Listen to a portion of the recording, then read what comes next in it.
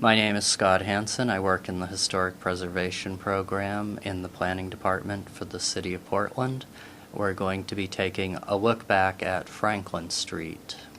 Franklin Street originally was simply a city street that ran from the waterfront to the area close to Back Cove. Eventually it ran from Commercial Street once Commercial Street was created. We're going to be taking a look at Franklin Street in 1924. These are from the tax assessor's photos. This is down at the block between Commercial Street and Fore Street. One of the few buildings still existing on Franklin, or Franklin Arterial as it is called today.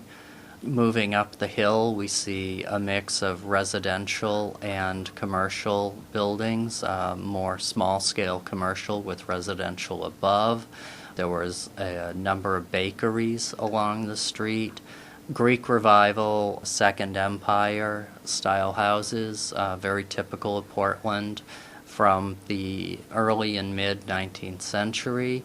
We're moving up the hill toward Newbury Street. Largely residential, something that would be hard to imagine today. Here we're on the block between Congress and Cumberland. We get a glimpse of the cathedral spire in the upper right-hand corner. The building on the right that we just see the bay window of is the other building that still exists on Franklin Street. It's a brick apartment house. Here it's on the right, and we're looking at a little house that sat in behind it. The cathedral is in the background. You can see it on the top left. Moving down beyond Cumberland Avenue, wooden residential houses, typical 19th century Portland architecture. Large elm trees line the street, as they did most of the streets in Portland. A nice house at the corner of Oxford Street. A stick-style house, an architectural style that Portland had very few of and today has even fewer of. This is looking back up the hill on Franklin as we move down toward Back Cove. Again, looking down from the same location at the other side of the street. And now we're getting down to the bottom of the hill as the land flattens out, and this is all fill. This was originally part of Back Cove, and we see a number of very simple vernacular Greek Revival, story-and-a-half, modest homes. These are the type of homes that Bayside was filled with before it was cleared in urban renewal in the 1960s and 70s. So where today we see scrap yards and parking garages and storage warehouse and Whole Foods, there were block after block of these simple little single-family homes. And here we're getting right to the end. We see Back Cove in the distance. In 1924, Back Cove extended much further into the peninsula than it does today. The creation of Interstate 295 involved considerable filling. On the right, sticking out from the phone pole, it appears, we see a little triangle, and that is the railroad crossing sign where the new Bayside Trail will be crossing Franklin Arterial. On the right side of Franklin, at the corner of Fox Street, we see the last substantial house on Franklin at number 229. This is where the buses park today. In the 1940s and 50s, traffic became a big news story in Portland, and slums became a big news story in Portland. These two things together eventually led to the creation of the Franklin Arterial, which cleared many, many historic houses and neighborhoods and created the divided highway across the peninsula connecting Interstate 295 to Commercial Street. This was big news for several decades as the war was waged to clear the slums and build the roads. Both of them were actively opposed by Portland residents and actively supported by other Portland residents. The first slum clearance project that was finally approved was the Deervine and Chatham Street project, 1954 through 56. This was a small area that was flanked on the east by India Street, the south by Commercial, the west by Pearl, and the north by Middle. All of the buildings in this area were demolished with the exception of what had been the first chewing gum factory in America. It still stands. It's the Hub Furniture building. Everything else in those blocks was demolished. Following this period of demolition came the concept for Franklin Arterial. And if we look at this map, we see in red the original Franklin Street, and then in blue the right-of-way that was cleared for the creation of the Franklin Arterial. In addition to Franklin Street, there were a number of buildings at the cross-street intersections that were eliminated. And here we're at Fore Street looking toward the Custom House. All of these buildings on the left disappeared. And on the opposite side of Fore Street, this whole area also disappeared, including the small street on the left, which we will get to shortly.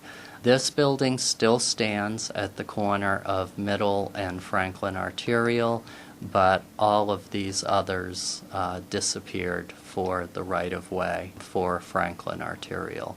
What you see here on Middle Street particularly is that the commercial connection from India Street through the Old Port right up to Congress Street at that time was a really important commercial corridor. Middle Street extended to Monument Square through what is now the pedestrian area beside One City Center. India Street had been the city's original commercial center. It moved westward to Exchange Street in the 19th century, and by the early 20th century moved beyond to Congress Street. Middle Street was the connection that tied those city centers together through the centuries, really. At Newbury Street, we had a residential street, and these are buildings that were lost at that time. These, of course, today would be Victorian residential buildings immediately abutting the Old Port. Federal Street, these buildings looked out on Lincoln Park. We see the fence for Lincoln Park in the foreground. About a quarter of Lincoln Park was lost for the Franklin Street Arterial. At Congress Street, we see this wooden commercial building with residences above. The cathedral spire is in the background. Here is the northeast corner of Franklin and Congress. The little square building behind the writing, 320 Congress, is the little building that still exists there that was the lock shop for many years. The Boston Supply Company building and all those buildings going down Franklin are gone. This was on Congress. It today would be between the two lanes of Franklin as you're walking east or west on Congress. And other buildings that faced onto Lincoln Park that disappeared. Moving down to the corner of Cumberland and Franklin, this building was eliminated along with all of these. This remarkable row of brick row houses faced onto Cumberland Avenue between Franklin and Wilmot. Franklin Towers sits here today, as well as a portion of the right-of-way for Franklin Arterial. A very early house down at the corner of Oxford. This is probably from the 1830s. and more buildings at Oxford Street. Oxford was largely residential with a little commercial mixed in, what would be considered a great example of mixed-use development today. And again, on Oxford, just nice residential buildings. At this time, Oxford Street was a very important east-west connection before the creation of at first Route 1 around Back Cove and then Interstate 295. Oxford Street would have been the primary way to get through Portland if you were traveling from north to south or east to west through the city. You would come in on Portland Street, now Park Avenue, and continue west on Oxford all the way to Washington Street, or Washington Avenue as it became, and that would take you out over Tukey's Bridge, 2 points up the coast or going inland towards Lewiston. This is a wonderful little half house. The double house is a very unique Portland building type. It runs from the Federal era right up through all of the Victorian styles and into the early 20th century. It is not nearly as common elsewhere as it is in Portland. Double houses were built not only in all styles, but at all income brackets, from very modest ones like this simple Greek Revival wooden one, to mansions on the West End that were built to house two families side by side. What makes this one truly exceptional is it's half a double house, and I don't know of any like it that exists today in the city. Here we're at the corner of Lancaster and Franklin, looking down Lancaster. Again, buildings that were all demolished for the creation of Franklin Arterial. This is approximately where the Noise Warehouse building is today. In addition to what we've seen, there were several short streets that ran parallel to Franklin that disappeared entirely.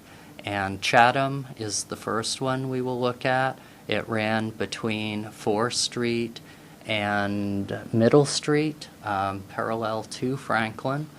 Very narrow street, looks a little grim, but we see the fur coat-clad lady who appears to be quite comfortable. These were some of the earliest streets in the city, very, very small scale, and they disappeared. Fremont Place ran between Newbury and Federal, a single block long, and had this one house that faced onto it. Quincy Street was a very, very narrow street. It ran between Congress and Cumberland Avenue, approximately where the row of pine trees is today that defines the western edge of Franklin Arterial on that block. And it was just lined with these really remarkable early houses. Some of them appear to be pre-fire, so it's a block that probably survived the Great Fire of 1866 that wiped out much of what was around it. Lincoln Place was another little street that ran off Oxford. It didn't go all the way through the block, and had several houses on it. So we end with a comparison of Franklin Street and Franklin Arterial, showing what was and what is today.